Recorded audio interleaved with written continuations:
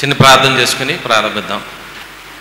సకల సృష్టికి కారణాభూతుడైన మా ప్రియ పరలోకపు తండ్రి, ఈ సాయంకాల సమయంలో మరొకసారి నీ పాద సన్నిధి చేరి నీ కృప చొప్పున మేమందరము నీ యొక్క సన్నిధి చేరి ప్రభువా, ఈ యొక్క మండల కాల ధ్యాన దినాలలో ప్రభువా, పరిశుద్ధ వారాలలో మనం ప్రవేశించి ప్రభువా రెండవ దినాన్ని జరిపించుకుని చుండగా నీ కాపుదల, నీ సంరక్షణ, నీ దీవెన ఎల్లరకు దయచేయమని మనవి చేస్తున్నాను ప్రభువా.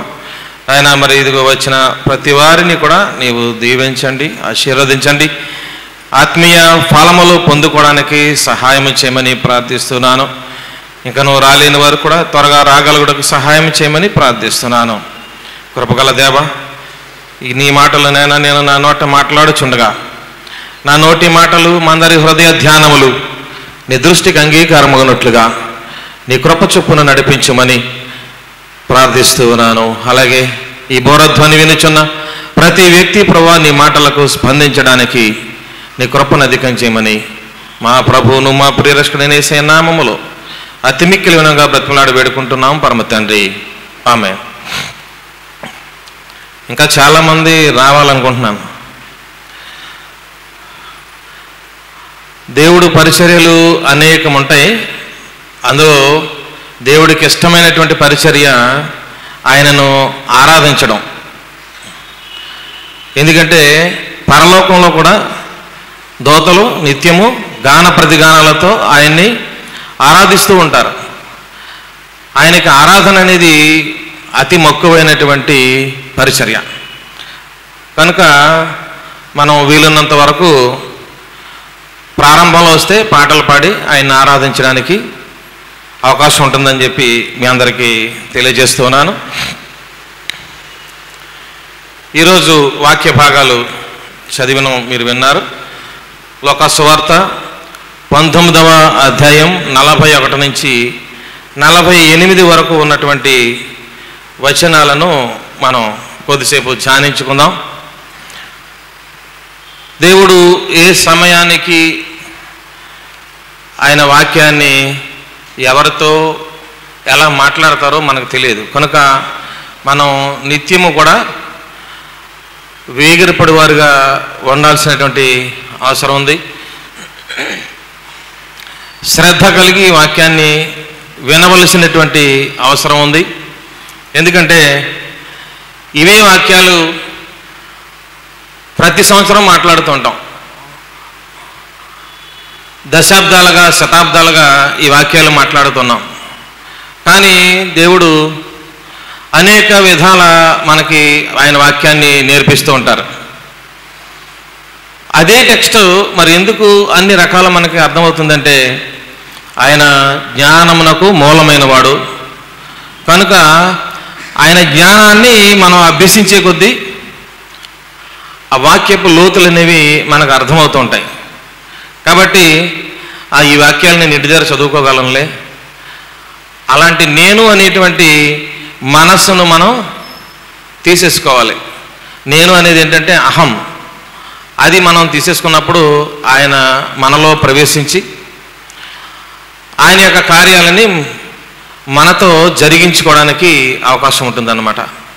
కనుక వాక్యాన్ని శ్రద్ధగా వినాల్సినటువంటి అవసరం ఉంది అని మీకు మరొకసారి తెలియజేస్తూ, ఈరోజు ఇచ్చిన అంశము శరీర శుద్ధి అనేటువంటి అంశం మీద లోకా సువార్త 19వ అధ్యాయం 41 నుంచి 48 వరకు ఉన్నటువంటి వచనాల సారాంశాన్ని మనం మాట్లాడుకుందాం.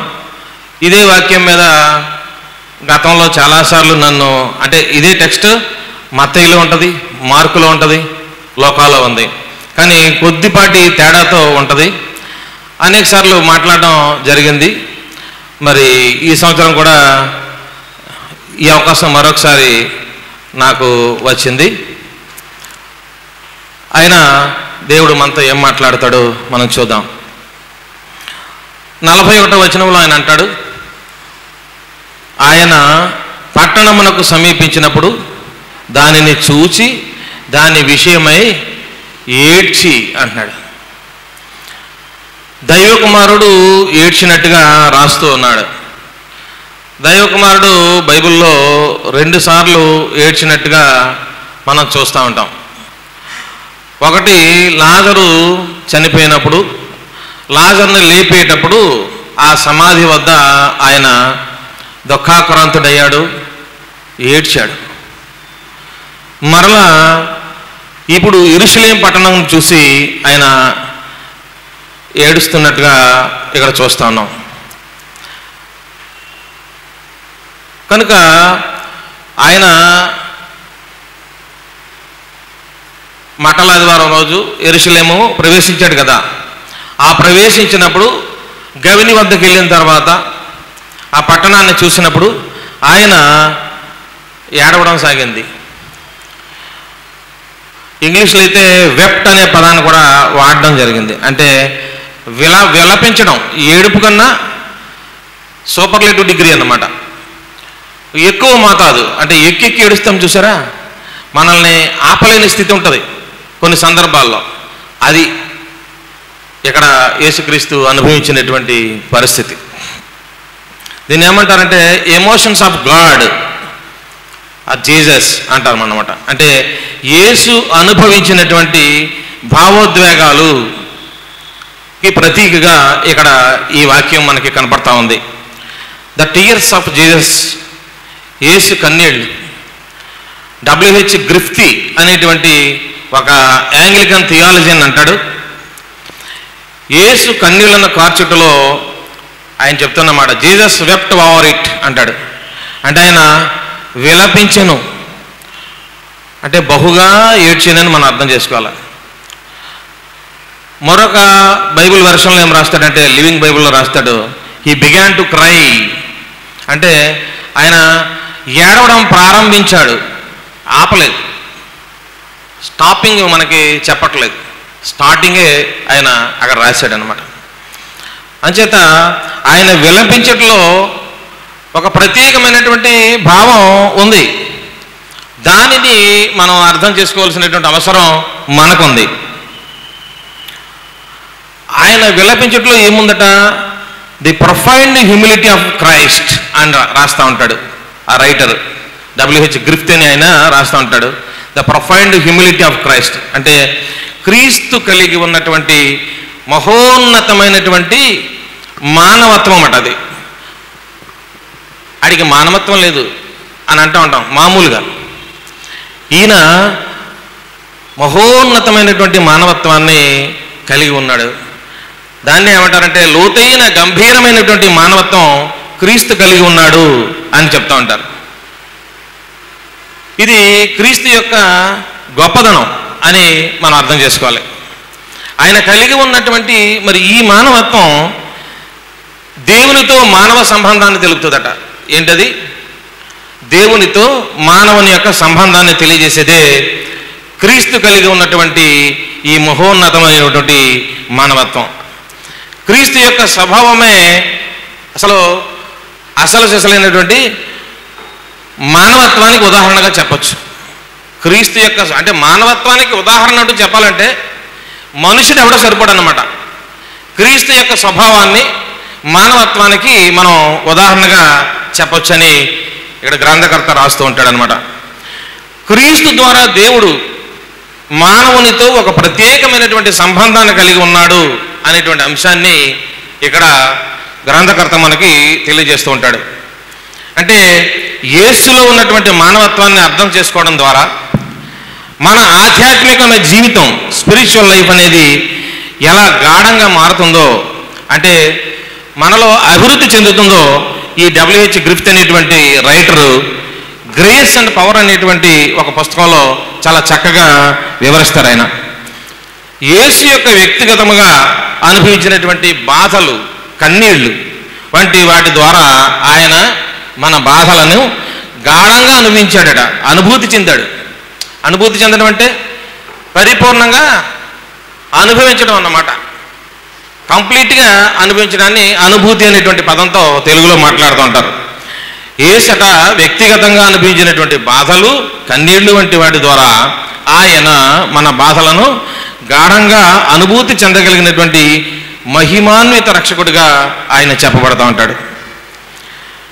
ఇంకా ఈ రైటర్ ఏం రాస్తుంటాడంటే, Jesus expressions of emotion such as his weeping reveals his deep compassion and solidarity with human suffering. ఈ మానవ బాధలు, సఫరింగ్స్ ఏవైతే ఉన్నాయో వాటి ద్వారా ఆయన అక్కడ మనకి ఏం తెలియజేస్తూ ఉంటాడంటే, ఆయన యొక్క compassion, deep compassion and solidarity అనేటువంటి వాక్యాలని మనకి తెలియజేస్తూ ఉంటాడు. సో డీప్ కంపాషన్ అంటే ఏంటి? లోతైన కరుణ. డీప్ కంపాషన్ అంటే లోతైనటువంటి కరుణ, గొప్ప కారుణ్యం, లేదంటే గొప్ప కారుణ్యం అని మనం చెప్పుకోవచ్చు అనమాట. జనరల్గా ఎలా ఉంటుంది డీప్ కంపాషన్ అనేది మన మధ్యలో ఉండేటి మనం అర్థం చేసుకోవడానికి ఎలా ఉంటుందంటే, ఇది కేవలం ఉపరితలంపై ఉండేటువంటి భావన కాదు, కానీ మనసు లోతుల్లో ఉండేటువంటి భావన. డీప్ కంపాషన్ అనేది ఎలా ఉంటుంది? పైకి మన సానుభూతి చెప్తూ ఉంటాం కదా, అయ్యో అంటాం, అక్కడితో అయిపోయింది. అంతకు మించి మన హృదయంలో ఇంకేమన్నా బాధ ఉంటుందా? ఒకసారి అనేసం అయిపోయింది. అట్లాంటిది కాదు ఈ డీప్ కంపాషన్ అంటే. ఇతరుల పట్ల సానుభూతి వ్యక్తం చేయడంతో ఆగకుండా వారి కష్టాలను స్వయంగా అనుభవించినట్లు భావించి వారికి సహాయం చేయడానికి ఏదైనా చేయాలనేటువంటి తపన కలిగి ఉండడం, దాన్ని డీప్ కంపాషన్ అని జనరల్గా అంటూ ఉంటాం. అంటే మనకి కావాల్సిన వాళ్ళకి ఏదైనా కష్టం వచ్చిందనుకోండి, మనం ఎలా ఫీల్ అవుతాం? మనకే కలిగినట్టుగా ఫీల్ అవుతాం. వాళ్ళు ఏడిస్తే మనం కూడా వాళ్ళతో ఏడుస్తాం. వాళ్ళ ఏడుపును తగ్గించడానికి మనం శతవిధాల ప్రయత్నం చేస్తూ ఉంటాం అనమాట. అది డీప్ కంపాషన్ అంటే. ఇతరుల కొరకు ఏదైనా చేయాలి, నేను వీళ్ళ బాధను తగ్గించాలి అనేటువంటి ప్రయత్నం ఏదైతే ఉందో దాన్ని ఏమంటారంటే డీప్ కంపాషన్ అని చెప్పడం జరుగుతూ ఉంటుంది. అయితే క్రీస్తులో ఈ మానవత్వం ఏం చెబుతుందంటే, మానవులందరూ దేవుని దృష్టిలో విలువైన వారని, ఆయన ప్రేమకు అర్హులని చెప్తూ ఉంటుంది. అలాగే దేవునితో మానవుడు కలుసుకోవడానికి, ఆయన రాజ్యంలో మరి ప్రవేశించడానికి క్రీస్తులో ఉన్నటువంటి మానవత్వం మనకి మార్గము చూపుతుంది అని చెప్తూ ఉంటాడు. ఈ డీప్ కంపాషన్ చేసేటువంటి రెండు పనులు మనం అర్థం చేసుకోవాల్సినటువంటి అవసరం ఉంది. అలాగే సోలిడారిటీ అనేటువంటి పదాన్ని కూడా మనం ఒకసారి చూసామనుకోండి. సోలిడారిటీని జనరల్గా వాడుతూ ఉంటాం. అంటే మనం మద్దతు పలకడం, సంఘీభావం పలకడం, యూనియన్స్లో, లేదంటే ఏదైనా సపోజ్ మొన్న ప్రవీణ్ పగడాల చనిపోయాడు, మనకేమన్నా పరిచయం అయినా, కానీ దేవునితో మనకి ఆయనకి మధ్య ఉన్నటువంటి సంబంధాన్ని బట్టి మనం ఇక్కడ ఎంతో బాధపడ్డాం. మౌన ర్యాలీలు తీశారు, ఇంకా వీడియోలు అనేకం కనపడతా ఉన్నాయి. ఆ చరిత్ర అంతా చూస్తే మనం అక్కడ ఏం చేసాం? మనం కూడా ఎక్కడికి వెళ్ళాం?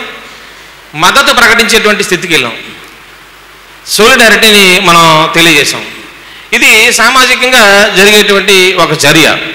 అయితే క్రీస్తు ఈ లోకానికి వచ్చింది కూడా మనలను ఆయనతో ఐక్యపరచడానికి. మనలను ఆయనతో ఐక్యపరచడానికి దేవుని యొక్క చిత్తం ఏమిటో యేసు పరిపూర్ణంగా బయలుపరిచి దానిని జరిగించడం, అదే మనకు మద్దతు పలకడం. ఏంటట? దేవుని చిత్తం ఏమిటో యేసు పరిపూర్ణంగా బయలుపరిచి దానిని జరిగించడం. అది ఎలా అంటే, మానవ స్వభావాన్ని, దాని ఆకృతి షరతులతో సహా ధరించి మానవ జాతితో తనను తాను గుర్తింపు చేసుకుని యేసు పాపం లేనివాడిగా ఉన్నాడు. అంటే పరిపూర్ణంగా మనలాగే ఉన్నాడు. ఆయన మానవుడే, ఆయన తల్లి గర్భం నుంచి జన్మించాడు. ఒక మానవుడు ఎలా ఉంటాడో అలాగే ఉన్నాడు, అలాగే జీవిస్తూ ఉన్నాడు. కానీ ఆయనకి మనకి తేడా ఏమిటంటే, మనలో పాపం ఉంది, ఆయనలో పాపం అనేది లేదు. మనలో పాపం ఎందుకు వచ్చిందంటే, మనకు ఏదోని తోటలో సాతాను పెట్టినప్పుడు మనలో ఏమైంది? పాప స్వభావం అనేది ఆ మనుషులు ఏదోని తోటలో ఉన్నటువంటి ఆ ఇద్దరిలో ప్రవేశించింది. అంటే అప్పుడు మానవుని యొక్క తలంపులన్నీ కూడా మారిపోయినాయి. కానీ ఈయనకి అలాంటి తలంపులు లేవు. అది ఆయనకి మనకి ఉన్నటువంటి వ్యత్యాసమని మనం గమనించాలి. మానవ స్వభావాన్ని, దాని ఆకృతి షరతులతో సహా ధరించి మానవ జాతితో తనను తాను గుర్తింపు చేసుకుని యేసు పాపం లేనివాడిగా ఉన్నాడు అని మనం నమ్మాల్సినటువంటి అవసరం ఉంది. ఆయన వ్యక్తిగత విధేయత, దైవిక చట్టాన్ని గౌరవించి శిలువపై తన ప్రత్యామ్నాయ మరణం ద్వారా పాపం నుండి మానవాళి విమోచనను ఏర్పాటు చేసినటువంటి వ్యక్తి అని మనం నమ్మాలి. అంటే ఆయనలో ఉన్నటువంటి మానవత్వంలో ఉన్నటువంటి ఆ లక్షణాన్ని నేను మీకు తెలియజేస్తున్నాను. ఆయన ఏం చేస్తా ఉన్నాడు? ఆయన తన వ్యక్తిగత విధేయత చేత దైవిక చట్టాన్ని గౌరవించాడు, అంటే దేవుని యొక్క ఆజ్ఞలను గౌరవించాడు. శిలువపై తన ప్రత్యామ్నాయ మరణం ద్వారా, అంటే మనకు బదులుగా ఆయన మరణాన్ని పొందాడు. మనం పొందాల్సినటువంటి శ్రమలు, మనం పొందాల్సినటువంటి దెబ్బలు, మనం పొందాల్సినటువంటి ఏదైతే కఠోరమైనటువంటి ఆ శిక్షలు ఉన్నాయో అవన్నీ కూడా మనకు బదులుగా ఆయన ప్రత్యామ్నాయ మరణం పొంది పాపము నుంచి మనలను విమోచనకు ఏర్పాటు చేయడమే ఆయనలో ఉన్నటువంటి మానవత్వం అని మనం గ్రహించాల్సినటువంటి అవసరం ఉంది. అదేంటంటే నిర్దోషమైన బలి వలన పాపము కప్పబడి అపరాధం తొలగించబడాల్సినటువంటి మానవ జాతి యొక్క అవసరం చూపించేటువంటి పాత నిబంధన బలి అర్పణ ఏదైతే ఉందో దానిని తన స్వరక్తం ఇచ్చి ప్రధాన యాజకుడిగా నూతన నిబంధనలో చూడగలుగుతాం ఆయన్ని. ఈ పాయింట్ అర్థమైందా మీకు? ఆయన పాపం లేనివాడని మనం మాట్లాడాం. ఆయన ఏం చిందించాడు? నిర్దోషమైనటువంటి రక్తాన్ని ఇచ్చాడు. అది దేవునికి అర్పించేటువంటి బలి. ఎందుకంటే పాత నిబంధనలు ఏముంది? బలి అర్పణ కోసం మనందరికీ తెలుసు. గొర్రెలు కోడలు ఇవన్నీ కూడా ఒక్కొక్క పాపానికి ఒక్కొక్క రకమైనటువంటి బలిని అర్పించాల్సినటువంటి అవసరత ఉంది. అయితే ఈయన ఏం చేశాడు? అక్కడ యాజకుడు చేస్తూ ఉంటాడు. ఈయన నూతన నిబంధనలో యాజకత్వాన్ని చేశాడు. ఏమిటా యాజకత్వం అంటే పాత నిబంధనలో ఉన్నవారులేగా గొర్రెల్ని మేకల్ని తీసుకెళ్ళడం కాదు, కానీ డైరెక్ట్గా ఆయనే ప్రధాన యాజకుడిగా బలి పశువుగా తన్ను తాను పరిశుద్ధ స్థలంలోకి ప్రవేశపెట్టుకున్నాడు. ఏం చేశాడు? తన్ను తాను పరిశుద్ధ స్థలంలోకి ప్రవేశపెట్టుకుని మన కొరకు ఆయన బలి అయిపోయాడు. అది యేసుక్రీస్తు యొక్క మానవత్వము అని మనం గమనించాల్సినటువంటి అవసరం ఉంది. ఇది రోమాపత్రిక 4:25 ఉంటుంది. ఇలా ఉండదు, కానీ అది కొంచెం గట్టిగా ఉంటుంది, మనకు అర్థం కాదు పూర్తిగా. తను తాను బలిగా అర్పించుకోవడమే ఆయన మన పట్ల చూపించినటువంటి డీప్ కంపాషన్ అండ్ సోలిడారిటీ అని మీకు నేను ఈ రాత్రి సమయంలో తెలియజేస్తా ఉన్నాను. అదే ఆయనలో ఉన్నటువంటి క్రీస్తులో ఉన్నటువంటి మానవత్వము, the profound humility of Christ అని నేను మీకు ఈ రాత్రి సమయంలో తెలియజేస్తా ఉన్నాను. అలాగే మరి సిలువలో ఆయన చేసినటువంటి త్యాగ ఫలితమును మనం దాతృత్వంగా పొందాలంటే, అంటే ఉచితంగా పొందాలంటే మనం ఏం చేయాలంటే యేసుక్రీస్తులో విశ్వాసం ద్వారా మాత్రమే దేవునితో శాశ్వతమైనటువంటి సమాధానం కలిగి ఉంటాము అని దేవుని వాక్యం తెలియజేస్తుంది. రోమాపత్రిక 5:1 చూస్తే ఏం చేయాలట? ఆయన సిలువలో చేసినటువంటి త్యాగ ఫలితం ఏదైతే ఉందో దాన్ని మనం దాతృత్వంగా ఫ్రీగా మనం పొందాలంటే మనం ఏం చేయాలా? యేసుక్రీస్తులో విశ్వాసం మాత్రం ఉంచాలి. ఉంచితే దేవునితో శాశ్వతమైనటువంటి సమాధానం మనకి కలుగుతుందని గ్రంథకర్త తెలియజేస్తా ఉన్నాడు. ఇక్కడ మరో పాయింట్ ఏం రాశారంటే ఈ 41-42 వచనాల్లో ఉన్నప్పుడు ఆయనే మెస్సయ్య అని వారు అంగీకరిస్తే చాలు, వారు సమాధానం పొందుండేవారట. ఆయన అంగీకరించలేదు కదా వాళ్ళు. ఆయన్ని మెస్సయ్య అని వాళ్ళు అంగీకరించలేదు. ఆయన అంగీకరించి ఉండుంటేనట వాళ్ళకి శిక్ష లేకుండా ఉండేది. ఎందుకంటే యూదులను ఆయన ప్రత్యేకపరుచుకున్నాడు, యూదులను ఆయన ప్రేమించాడు, యోధా జనాంగంలో నుంచి ఆయన ఉద్భవించాడు. అంటే యూదులకి ఒక ప్రత్యేకమైనటువంటి స్థానాన్ని ఆయన ఇచ్చాడు. కానీ వారైతే ఇక్కడ ఏం చేస్తా ఉన్నారు? నువ్వు మెస్సయ్య కాదు అంటున్నారు.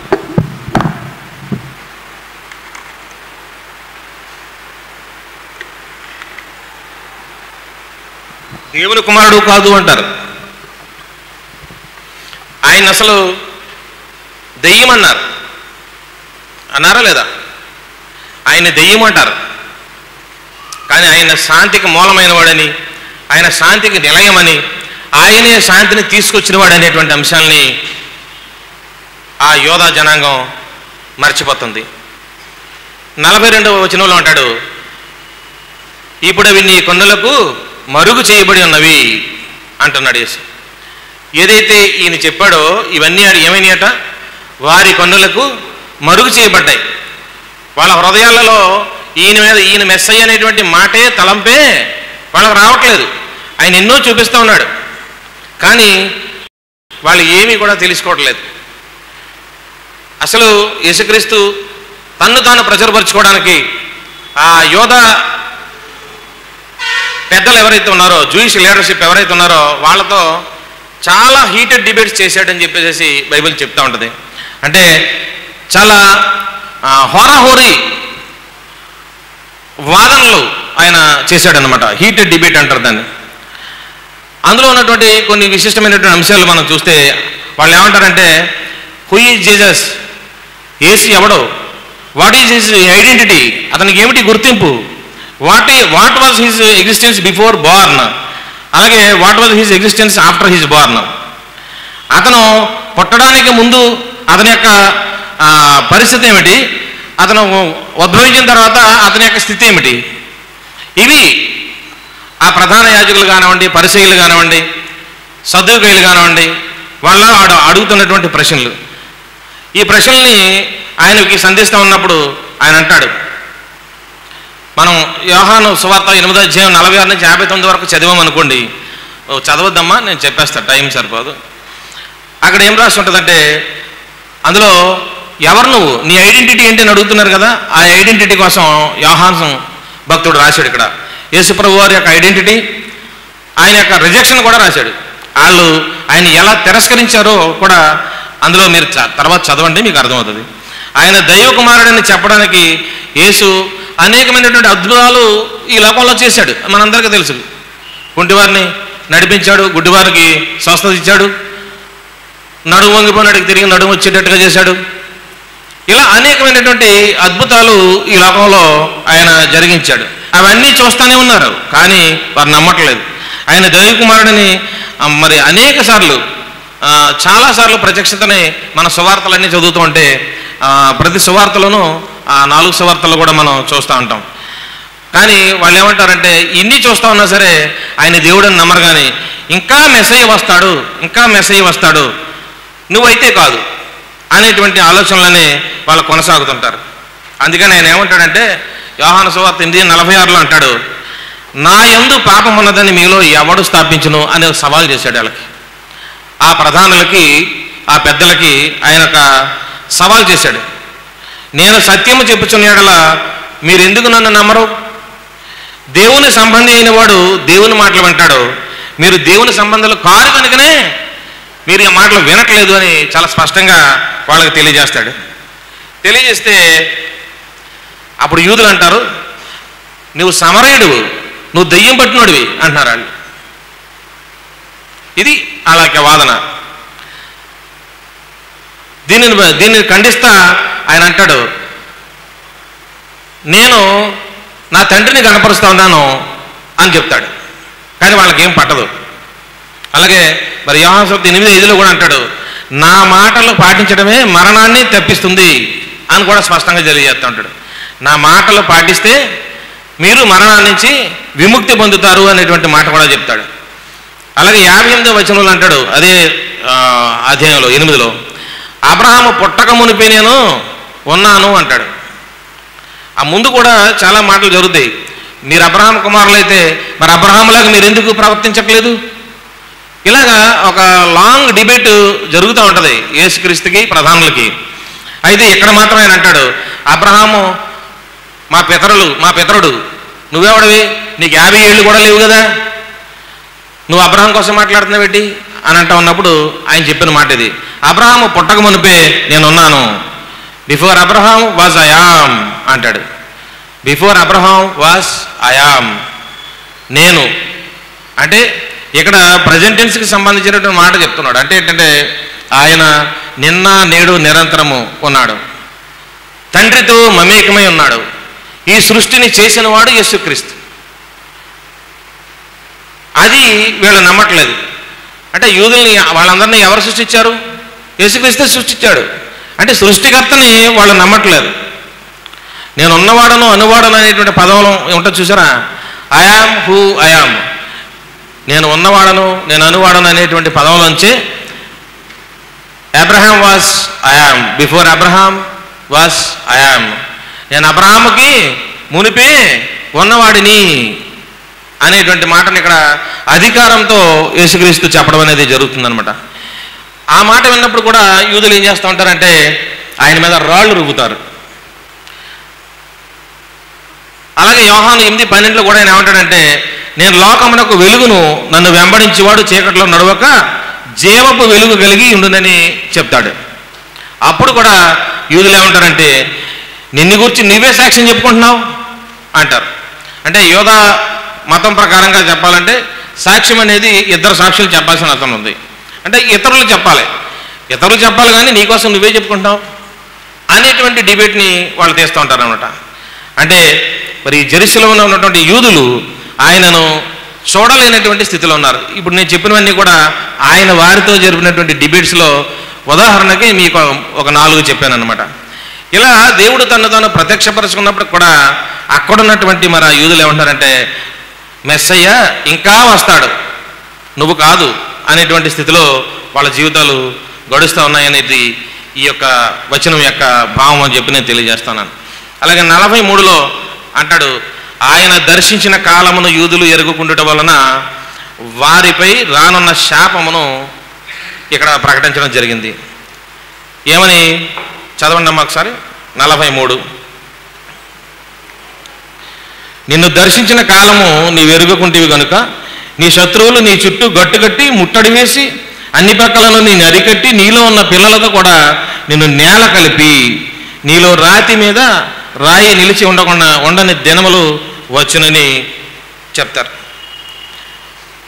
ఆయన దర్శించినటువంటి ఈ కాలం ఏదైతే ఉందో ఆయన వారితో డిబేట్ చేసి నేనే ఆ మెస్సయ్యనని చెప్పినటువంటి ఏ సంఘటనని కూడా వాళ్ళు నమ్మలేదు. ఆయన దర్శించిన కాలంలో ఆయన్ని వారు నెగ్లెక్ట్ చేశారు. కాబట్టి ఇక్కడ ఆయన చెప్తున్న మాట, వారిపైకి శాపము తప్పక వస్తుంది అనేటువంటి మాటల్ని ఆ గవిని వద్ద ఉండి ఆయన ఏడ్చి మాట్లాడుతున్నటువంటి మాట. అంటే ఏ ఒక్కరూ నశించిపోకూడదు అనేది ఆయన యొక్క ఉద్దేశం అయితే, ఇక్కడ యోధా సమాజం అంతా కూడా చల్లా చెదిరైపోయేటువంటి రోజులు వస్తున్నాయి. దేవాలయము ఛిద్రము చేసేటువంటి రోజులు వస్తూ ఉన్నాయి. రాయి మీద రాయి నిలవలేనటువంటి స్థితిని వస్తూ ఉంది. ఇవన్నీ కూడా ఆ ఫ్యూచర్లో ఏం జరుగుద్ది, భవిష్యత్తులో జరిగేటువంటి సంఘటనని ఆయన అక్కడ చూస్తూ ఆ సంఘటనని అక్కడ ఉచ్చరిస్తూ ఉన్నాడు. ఆయన చెప్పినట్టుగానే అది ఎప్పుడైంది, క్రీస్తు 70లో టైటస్ అనేటువంటి రోమన్ సైన్యాధిపతి యెరూషలేము దేవాలయాన్ని పరిపూర్ణంగా నేలమట్టం చేశాడు. రాయి మీద రాయి లేకుండా చేశాడట. అది అక్కడ ఉన్నటువంటి ఆ ప్రజలందరూ చల్లా చెదరైపోయారు. దొరికిన వారిని దొరికినట్టుగా ఊచకోత కోసారని చెప్పి రాస్తాడు. అందులో ఊచకోత కోసారట. అంటే ఎవరిని ఎక్కడ ఎలా నరుకుతున్నారో తెలియనిటువంటి స్థితిలో వాళ్ళందరినీ కూడా అక్కడ జరిగింది. ఇప్పుడు క్రీస్తు 70లో యేసుక్రీస్తు మరణానికి ముందు చెప్పినటువంటి ఆ ప్రవచనం క్రీస్తు 70కి వచ్చేటప్పటికి టైటస్ అనేటువంటి రోమన్ సైన్యాధిపతి ద్వారా అది జరిగించబడింది అన్నమాట. అలాగే రాయి మీద రాయి నిలవకుండా పోయింది అనేటువంటి మాటను కూడా మనం ఒకసారి చూస్తే, అక్కడ ఆయన సంచరించినటువంటి దినాల్లో వాళ్ళు నమ్మలేదు. ఆయన సంచరించినప్పుడు ఆయన ఏం తీసుకెళ్ళాడు, ఆ గ్రామానికి ఏం తీసుకెళ్ళాడు, శానిటేషన్ తీసుకెళ్ళాడు. అక్కడికి ఆయన యొక్క రక్షణను తీసుకెళ్ళాడు. అప్పుడైనా వాళ్ళు ఈయనను ఒప్పుకుంటే రక్షిద్దాము అని అనుకున్నాడు. కానీ వాళ్ళైతే ఆయనను ఏమాత్రం కూడా మరి అంగీకరించలేనటువంటి స్థితిని కలిగి ఆ యెరూషలేము పట్టణవాసులు ఆయనను తిరస్కరించినట్టుగా ఇక్కడ దేవుని యొక్క వాక్యం మనకి తెలియజేస్తూ ఉంది. ఈ రాయి మీద రాయి నిలువదనేటువంటి ప్రవచనం కేవలం యేసుక్రీస్తు మాట్లాడిందే కాదు, కానీ ఇది పాత నిబంధన గ్రంథంలో కూడా అనేక చోట్ల ఉంటుంది. ఉదాహరణకి 1వ రాజుల గ్రంథం 9వ అధ్యాయం 7 నుంచి 9 వరకు మనం చదివాం కదా. ఆ చదివినటువంటి భాగంలో కూడా అది రాయబడినటువంటి ప్రవచనం. ఈ ప్రవచనమే క్రీస్తు 70లో అది నెరవేర్చబడింది అన్నమాట. అక్కడ అంటాడు, నా నామమునకు నేను పరిశుద్ధపరిచిన ఈ మందిరమును నా సముఖములో నుండి కొట్టివేసేదను. ఇశ్రాయేలీయుల సర్వ సమాజంలో చెదరిపోయి సామెతగాను హేళనగాను చేయబడతారు. అవును కదా, ఆయన పలికినటువంటి మాటలు ఏమైనా క్రీస్తు శకం 70లో వాళ్ళు అక్కడ సామెతగా మిగిలిపోయారు. ఈరోజు యెరూషలేము దేవాలయం ఉందా?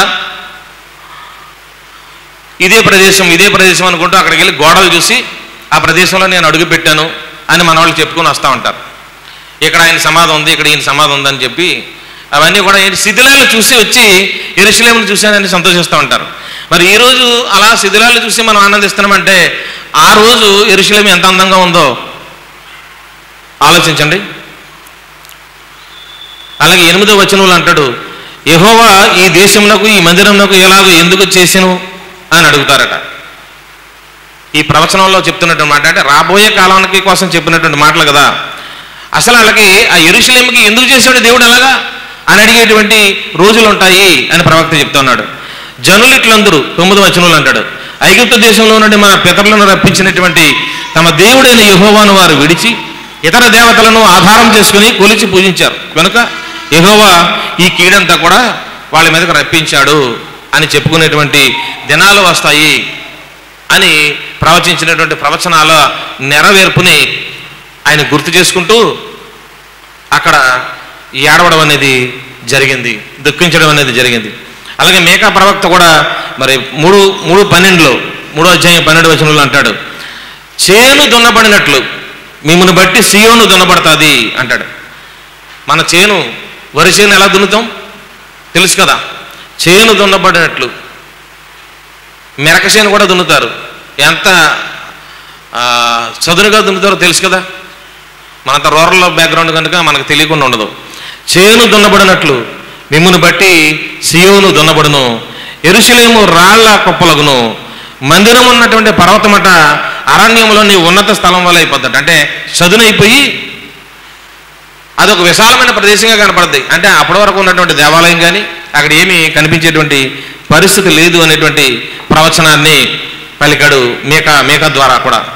అంటే ఇక్కడ ఒక మాట ఉంటుంది, ఇది ఎందుకు జరుగుతుందంటే ఈ ప్రవచనాలు ఎందుకు మాట్లాడుతున్నాడంటే హబక్కు గ్రంథంలో 1:13 ఉంటుంది, దేవుడు పాపం పట్ల దయ చూపలేడు. ఏంటట, యెహోవా దేవుడు పాపం పట్ల ఆయన దయ చూపడు, మన పట్ల దయ చూపుతాడు. ఎలా దయ చూపాడు మన పట్ల? ఆయన యొక్క కుమారుణ్ణి మనకు బదులుగా సిలువను ఎక్కించి ఆయన యొక్క ఆఖరి రక్తబొట్టు వరకు మన పాపాల కొరకు కడిగి మనల్ని క్షమించాడే తప్ప డైరెక్ట్గా నీ పాపం క్షమించాను పో అనేటువంటి పరిస్థితి అయితే మనకు కలగలేదు కదా. అంచేత హబక్కులో చెప్తున్నటువంటి మాట, దేవుడు పాపం పట్ల దయ చూపలేడట. ఈ నాశనాలు వస్తాయి అనేటువంటి ఆ రోజుల్లో చాలా భయంకరమైనటువంటి పరిస్థితి అనమాట. రాజు కానీ యాజకుడు కానీ పొరపాటు చేస్తే ఆ వారి యొక్క పాప పరిహారం, పాప యొక్క ఫలితం ఆ రాజ్యం అంతటి మీద వచ్చేది యెహోవా కాలంలో. కనుక ఈ మనుషుల యొక్క ఆ ప్రవర్తన యెరూషలేము యొక్క నాశనాన్ని కలుగుతుందని చెప్పేసి దేవుడు అక్కడ వారికి పశ్చాత్తాపం లేని స్థితిని కలిగి ఉన్నారని ఆయన బాధపడుతూ ఉంటాడు. అలాగే మరి మరొక అంశం చూస్తే దీంట్లో లోకసువార్త 19:45-46లో ఉంటుంది, దేవాలయంలో క్రయ విక్రయాలు జరుగుతున్నాయి. గతంలో కూడా ఈ క్రయ విక్రయాల మీద నేను చాలా ఎక్కువ మాటలు చెప్పాను, కానీ ఇప్పుడు అవన్నీ మళ్ళీ చెప్పను. కానీ దేవాలయంలో క్రయ విక్రయాలు కూడా ఇక్కడ జరుగుతూ ఉంటాయి. నా మందిరము ప్రార్థనా మందిరం అని వ్రాయబడి ఉన్నది, అయితే మీరు దానిని దొంగల గుహగా చేసిరని చెప్పి వారిని వెళ్ళగొట్టుట ఆరంభించెను. ఇక్కడ క్రయ విక్రయాలు జరగడం అనేది ఏంటంటే కమర్షియలైజ్ అయిపోతుంది. దేవాలయం ఏమైంది? కమర్షియలైజ్ అయిపోయింది. అదొక వ్యాపార గృహంగా మారిపోయింది. అక్కడ ఉన్నటువంటి ప్రధాన యాజకులు చేస్తున్న పని ఏంటంటే వాళ్ళకు స్లీపింగ్ క్వార్టర్స్గా మారిపోయారు. వాళ్ళ అధికారాన్ని ధనం సంపాదించుకునే దానికి వాడుకుంటూ ఉన్నారు. అసలు బలి పశువు కానీ పక్షులు కానీ ఏమి ఇవ్వాలి దేవుడికి? నిష్కళంకమైనవి ఇవ్వాలి. చాలా రాస్తూ ఉంటాడు, అవన్నీ నిష్కళంకమైనవి పక్షులు కానీ లేకుంటే 4 కాళ్ళ జంతువులు ఇచ్చినా ఏదైనా సరే నిష్కళంకమైనదిగా ఇవ్వాలి. వాటిని వాళ్ళు ఏం చేసేవారంటే ప్రత్యేకంగా పెంచేవారు. ఆ పక్షులు కానీ ఆ జంతువులు కానీ మేకలు కానీ గొర్రెలు కానీ ఇవన్నీ కూడా సెపరేట్గా బలి అర్పణ కోసం పెంచేవారట. వాటిని మరి ఎంతో దూరం నుంచి వెళ్ళి యెరూషలేం పట్టణంలో అక్కడ బలి అర్పించుకోవాలి కాబట్టి వాళ్ళు ఏం చేసేవారు, అంత దూరం నుంచి దాన్ని తీసుకెళ్లారు కనుక అక్కడికి వెళ్ళి వాళ్ళు కొనేవారు. అలా కొన్నప్పుడు వాళ్ళు ఏం చేసేవారంటే, ఇక్కడికి వచ్చినప్పుడు ఇప్పుడు 30-40 కిలోమీటర్ల దూరం నుంచి ఆ ఊరు వచ్చినప్పుడు ఏం చేస్తాడు చెప్పండి, కొనాలి కదా. మనం ఎక్కడికో దారి ప్రయాణం చేస్తూ ఉంటాం, మధ్యలో చెట్లు ఉన్నాయి కదని చెప్పి కారు ఆపి అక్కడ ఏదో కొబ్బరి బండాలు ఉన్నాయి కదా తాగడానికి ఆగుతాం. ఊర్లో 25 రూపాయలు ఉంటే ఆడు 50 రూపాయలు అమ్ముతాడు అక్కడ. మన అవసరం కొద్దీ ఆగాం, ఏం చేస్తాం, తాగుతాం కదా. అలాగే వీళ్ళు ఏంటంటే ఇంక్రీజ్డ్ కాస్ట్కి, అధిక ధరలకి వాళ్ళు అమ్ముతూ ఉండేవారు. ఆ అధిక ధరలకు అమ్మడాన్ని అక్కడ ఉన్నటువంటి ప్రధాన యాజకులు పెద్దలు ఏం చేసేవారు, అంగీకరించేవారు. ఎందుకు అంగీకరించేవారంటే వీళ్ళ యొక్క ప్రమేయం లేకుండానే వాళ్ళకి లంచాలుగా వచ్చేస్తున్నాయి లాభాలు. ఈ దేవాలయంలో పెద్దలుగా ఉండడం, వాళ్ళు లంచాలు ఆశించడం, ఇది యెరూషలేం దేవాలయంలో కూడా జరిగినటువంటి స్థితి. కనుక దేవుడు ఏం చేశాడంటే ఆ క్రయ విక్రయాలని ఆయన అబ్జెక్షన్ కలుగజేశాడు. దానిని కమర్షియలైజ్ అవ్వడం అనేది ఆ రోజు నుంచి ఈ రోజు వరకు కూడా అనేక చోట్ల అది జరుగుతూ ఉంటుంది. అంటే మానవ హృదయం మారట్లేదు. తనకు ఒక అవకాశం అంటూ వస్తే దాన్ని కమర్షియలైజ్ చేసేటువంటి మనుషులు మనస్తత్వాలు ఇంకా కొనసాగుతూనే ఉన్నాయనేది ఇక్కడ చెప్తున్నటువంటి మాట. అంటే దేవాలయం దుర్వినియోగాన్ని ఆయన ప్రతిఘటిస్తూ ఉన్నాడు. యేసు చేసినటువంటి ఆ ప్రక్షాళన అనేది ఇది కూడా ఒక ప్రవచనం ఉంటుంది. ఐజయా 56:7 చూసామనుకోండి, చదువుతారమ్మా.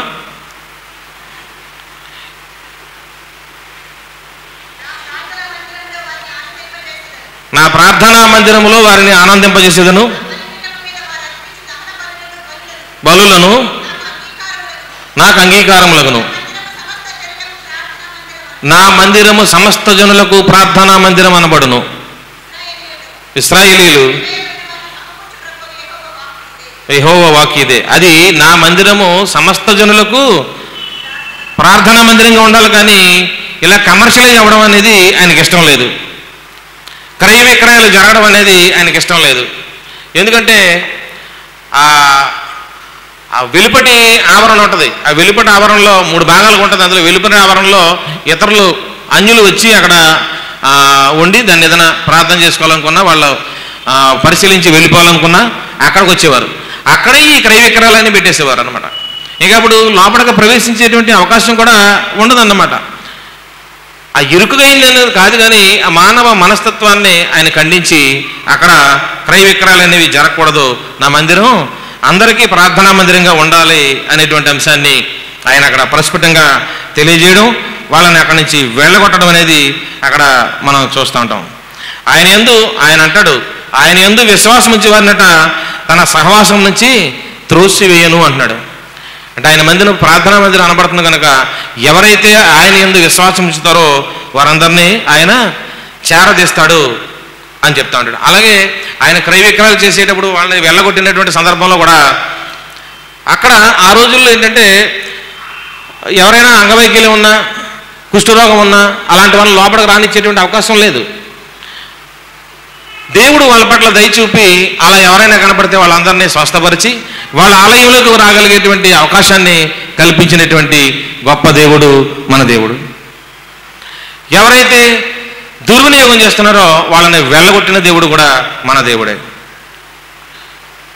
కనుక మనం ఆయన పట్ల ఏ రకమైనటువంటి ప్రవర్తన మనం కలిగి ఉన్నాం? మనం వ్యాపార నిమిత్తం వస్తున్నామా, లేదా ఆయనను ఆరాధించేటువంటి ప్రక్రియ కోసం మనం వస్తున్నామా? మనల్ని మనం పరిశోధించుకోవాల్సినటువంటి అవసరం ఉంది. ఇక్కడ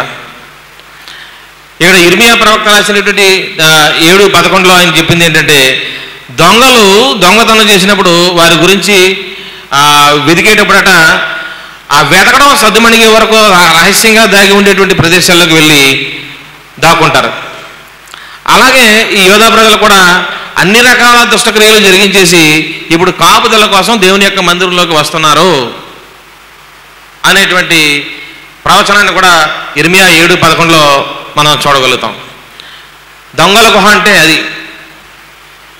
అంటే బయట అనేకమైనటువంటి దుష్టక్రియలను జరిగించేసి దేవుని కాపుదల కోసం ఆలయంలోకి వచ్చేటువంటి పరిస్థితుల్లో మనం ఉన్నామా? లేక ఆయన మనం ఆత్మతోనూ సత్యంతోనూ ఆరాధించేటువంటి ఆ మనుషుల కోవలోకి మనం చేరుతా ఉన్నామా? మనల్ని మనం పరిశోధించుకోవడానికి ఇది సమయం అని నేను మీకు తెలియజేస్తున్నాను. దేవుని మందిరాన్ని దొంగల గుహగా చేస్తున్నారు. ఈ పదాన్ని అర్థం చేసుకోవాలంటే ఇర్మియా గ్రంథం 7:9-10 వరకు ఒకసారి చదవాలి. అమ్మ చదవండి ఒకసారి. ఇర్మియా గ్రంథం 7వ అధ్యాయం 9-10 వరకు. అమ్మా, ఇదేమి అది అక్కడ క్వశ్చన్ ఆశ్చర్యార్థం ఉంటుంది. వాట్ ఈజ్ దిస్ అన్నట్టు ఉంటుంది. ఇదేమి, ఏంటి ఇలా జరుగుతుంది ఏంటి అన్నటువంటి ఆశ్చర్యాన్ని తెలియజేస్తుంటాడు. చెప్పండి. మీరు జార చోర క్రియలను, నరహత్యను చేయించు, అబద్ధ సాక్ష్యము పలుకుచు. అమ్మా, బయలుదేవత అంటే బయలునకు ధూపం, అంటే బయలుదేవతకు ధూపం వేస్తూ, అంటే విగ్రహారాధనకు మీరు లోనయ్యి మీరు ఎరిగిన దేవతలను అనుసరిస్తున్నారే. ఆయనను నా నామము పెట్టబడినటువంటి ఈ మందిరాలకు వచ్చి నా సన్నిధిని నిలిచి విడుదల నొంది ఉన్నామని చెప్పుదురు.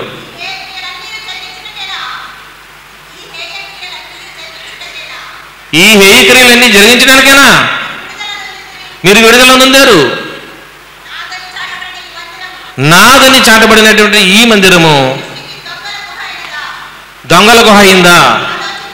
ఆలోచించండి. నేనే ఈ సంగతి దేవుడే తన తానుగా మాట్లాడుతున్నాడు. నేనే ఈ సంగతి నేను కనుక్కుంటున్నాను. నీవు జారత్వం చేస్తున్నావు, దొంగతనం చేస్తున్నావు, నరహత్య చేస్తున్నావు, అబద్ధ సాక్ష్యాలు పలుకుతున్నావు, నా నామాన్ని దూషించబడేటట్టు చేస్తా ఉన్నావు, నా దగ్గరకు వచ్చి విడుదల పొందేవు. ఇందుకేనా నీ విడుదల పొందింది? దేవుడు ఈ రాత్రి మనల్ని ప్రశ్నిస్తా ఉన్నాడు. ఆయన ఇచ్చినటువంటి విడుదల మనం ఏ విధంగా వాడుకుంటున్నాం? దీని ఒక్కసారి హిస్టరీలోకి వెళ్తే అక్కడ ఇర్మియా ప్రవక్త దగ్గర ఎందుకు మాట్లాడాడో కూడా ఇంకొంచెం వివరణ మీకు నేను చెప్తాను. ఆ రోజు ఐగుప్తు ప్రయాణంలో నుంచి కనాను దేశానికి చేరి కనాను విజయం పొందిన తర్వాత, అంటే కనానుని స్వాధీనం చేసుకున్న తర్వాత అక్కడ మరి దేవుని యొక్క మందసాన్ని పెట్టాలి కదా. దాన్ని వాళ్ళు ఏం చేశారంటే దేవుని యొక్క సన్నిధిని షిలోహు అనేటువంటి ప్రాంతంలో ఏర్పాటు చేశారట. అయితే అక్కడ ప్రజలు వెళ్ళి ఆరాధిస్తూ ఉండేవారు, దేవునికి ఆరాధన జరుగుతూ ఉండేది. ఇది యెరూషలేముకి ఓ 30 కిలోమీటర్ల దూరంలో ఉత్తరాన ఎఫ్రాయిం అనేటువంటి ప్రాంతానికి దగ్గరగా ఉందట.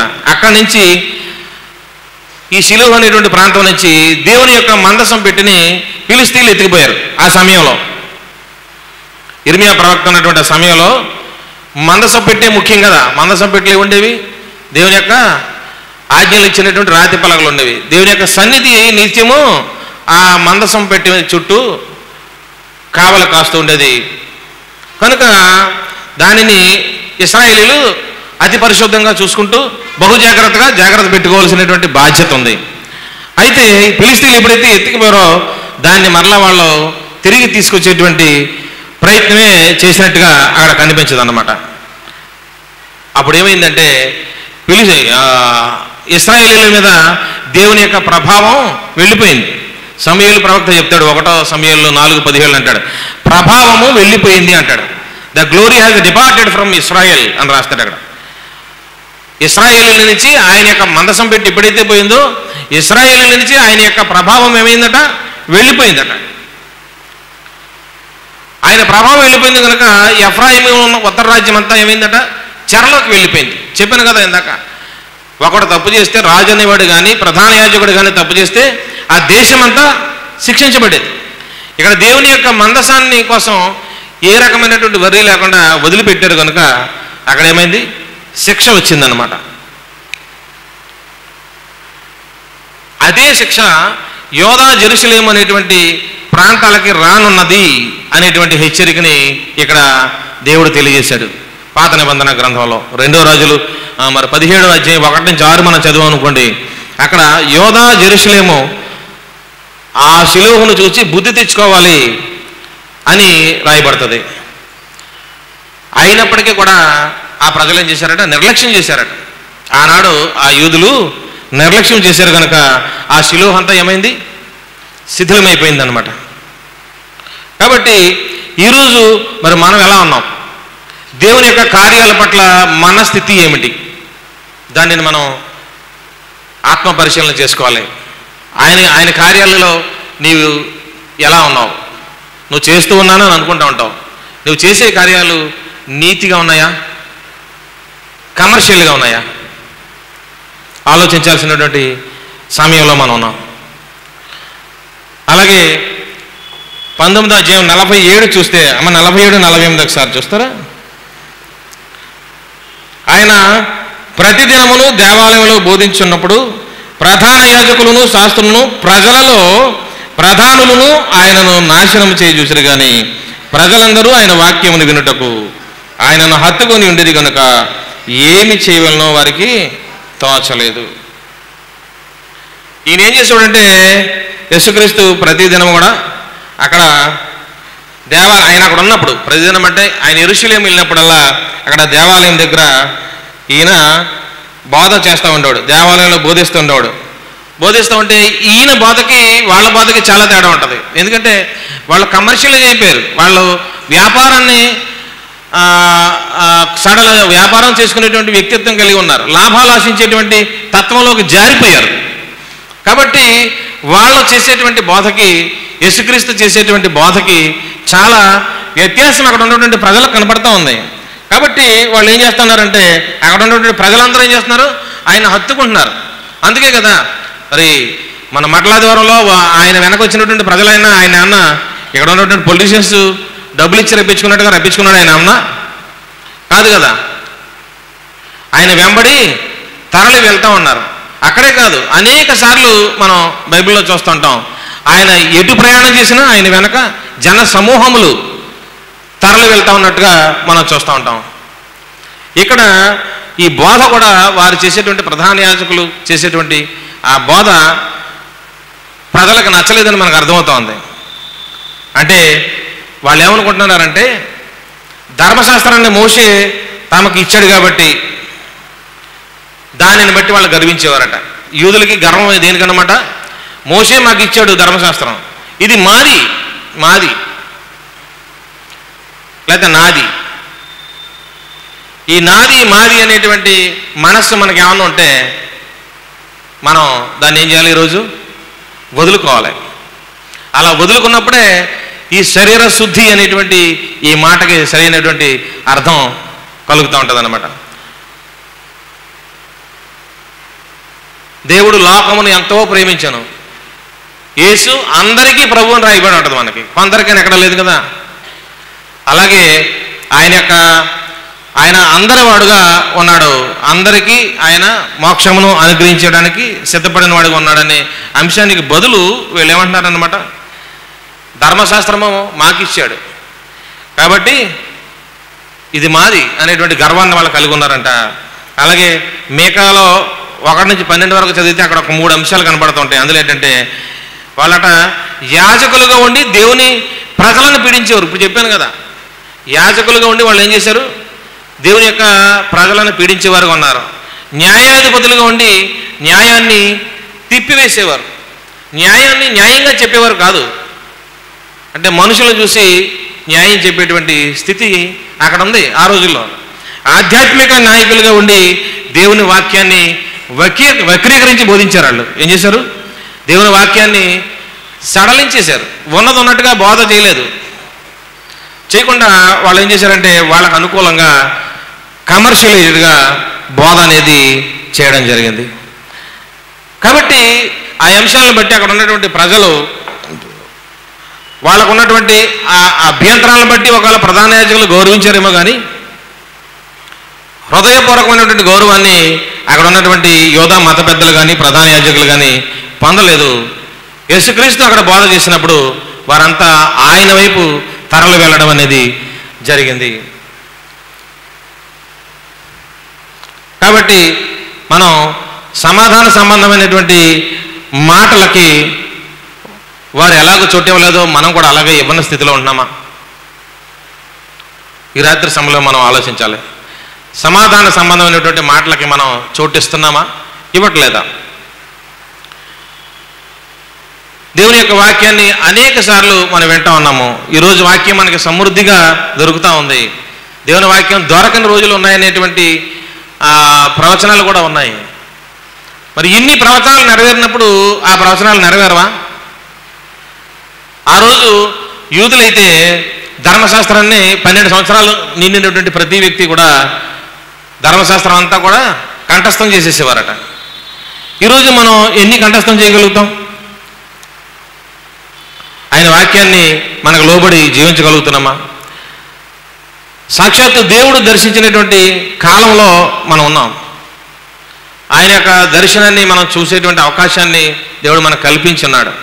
ఇందాకే పాట పాడారు, హృదయం అనేది తలుపునద్ద యేసునాథుండు సదయుడికి తట్టుచూ ఉన్నాడు. అతి వినయంతో మన కోసం తడతా ఉంటాడు, మన హృదయాలను తడతా ఉంటాడు. మరి మనం ఎంతవరకు ఆయనకు లోబడుతూ ఉన్నాం? ఎప్పుడో నిద్రలో ఉండగా దేవుని యొక్క మాట ఏదో వినబడుతూ ఉంటుంది, లేకపోతే మనం తిరుగుతున్నప్పుడు కూడా వినబడుతూ ఉంటుంది. ఏదో పరాగ్గా వచ్చింది లేని వదిలేస్తున్నావా? దేవుని యొక్క పిలుపు నువ్వు లోబడుతున్నావా, వదిలేస్తున్నావా? సాక్షాత్తు దేవుడి నిన్ను దర్శిస్తా ఉన్నప్పుడు నువ్వు దానిని గమనిస్తున్నావా, దానిని అంగీకరిస్తూ ఉన్నావా? ఈ రాత్రి సమయంలో దేవుడు మనల్ని ప్రశ్నిస్తూ ఉన్నాడు. లేదంటే ఆ యెరూషలేము ప్రజల వల్లే నువ్వు కూడా ఆయన దర్శించిన కాలంలో ఆయన్ని మనం కనుగొనలేకుండా ఉన్నామా? మేమందరం చర్చికి వస్తున్నాం కదా, మేము కనుక్కోలేకపోవడం ఏంటని అనుకుంటున్నావా? ఆయనను అంగీకరించడం అంటే మనల్ని మనం ఆయనకి సమర్పించుకోవడం, ఆయనకి దాసుడిగా మనం మారడం. నీవు ఆయనకి దాసుడిగా మారావా? నేను అనేటువంటి పదాన్ని నీలోంచి నువ్వు తీసేసావా? నేను అనేది ఉన్నంతసేపు నువ్వు ఆయనకి దాసుడు కాలేవు. నీ ఇంట్లో మేడ్ వచ్చింది అనుకోండి, పని మనిషి వచ్చింది అనుకోండి, నువ్వు చెప్పిన పని చేస్తే నువ్వు ఇష్టపడతావా, లేదా ఆమె చెప్పిన పని నువ్వు చేస్తావా?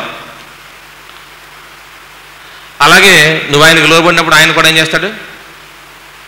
ఆయన చెప్పిన పని నేను చేయాలని కోరుతూ ఉంటాడు. మనం దాసుడిగా ఉండాలి. ఆయన దర్శించినటువంటి ఈ కాలాన్ని మనం అర్థం చేసుకోవాలి. అలాగే వారి పాపాన్ని బట్టి యెరూషలేములో రాయి మీద రాయి నిలువనటువంటి శాపం నిలిచిపోయింది. ఈరోజు మరి మన పాపాలు ఆయన యందు విశ్వాసం ఉంచి మనం ఒప్పుకోకపోతే మన స్థితి ఏమిటి? మనం కూడా ఇలాంటి నాశనంలోకి వెళ్ళిపోతామా? ఆయన నిత్య రాజ్యానికి దూరంగా జీవిస్తావా? గాఢాంధకారపు లోయల్లోకి త్రోయబడతావా? ఈ శరీరాశల్ని కొనసాగిస్తూ ఉంటావా?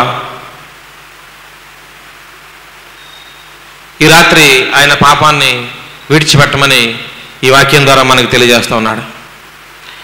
మనం కూడా మన పాపాలన్నిటినీ ఒప్పుకోవలసినటువంటి అవసరం ఉంది. ఇదిగో నేను త్వరగా వస్తూ ఉన్నాను అంటాడు. ఇదిగో వస్తున్నానంటే నేను పుట్టినప్పటి నుంచి వింటున్నాను ఈ మాట. ఇంకా రాలేదు, వస్తాడేంట్లే అని అనుకోమాకండి. బైబిల్లో అనేకమైనటువంటి వచనాలు మనకు కనపడుతూ ఉంటాయి.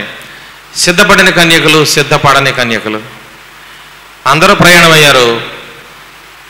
దివిటీల్లో నూనె లేదు, వెంటనే వచ్చేద్దామని వెళ్ళారు. ఆ క్షణంలోనే దేవుడు వచ్చాడు, తలుపులు మూయబడ్డాయి. మరి మనం కూడా ఆయన రాకని, ఆయన దర్శించేటువంటి కాలంలో నువ్వు సిద్ధపడినటువంటి స్థితిలో లేకపోతే మన స్థితి కూడా అంతే. అలాగే మందిరమును దొంగల గుహగా చేశారు అని చెప్తా ఉన్నారు. ఈరోజు మన హృదయాలలో కూడా దేవుని మందిరాన్ని పాడు చేసేటువంటి గుణం మనలో ఉందా? మనం ఆలోచించాలి.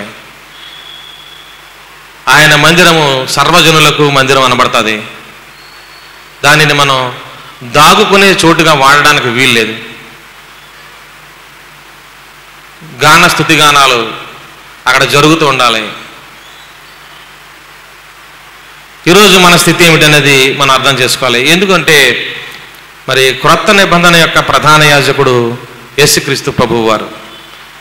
పాత నిబంధనలో లేవీయులంతా ప్రధాన యాజకులుగా పనిచేసినటువన్నీ మనకు తెలుసు. ఆ గోత్రాల ప్రకారం వాళ్ళు పనిచేసినటువంటి ఆ స్థితి అంతా మనకు తెలుసు.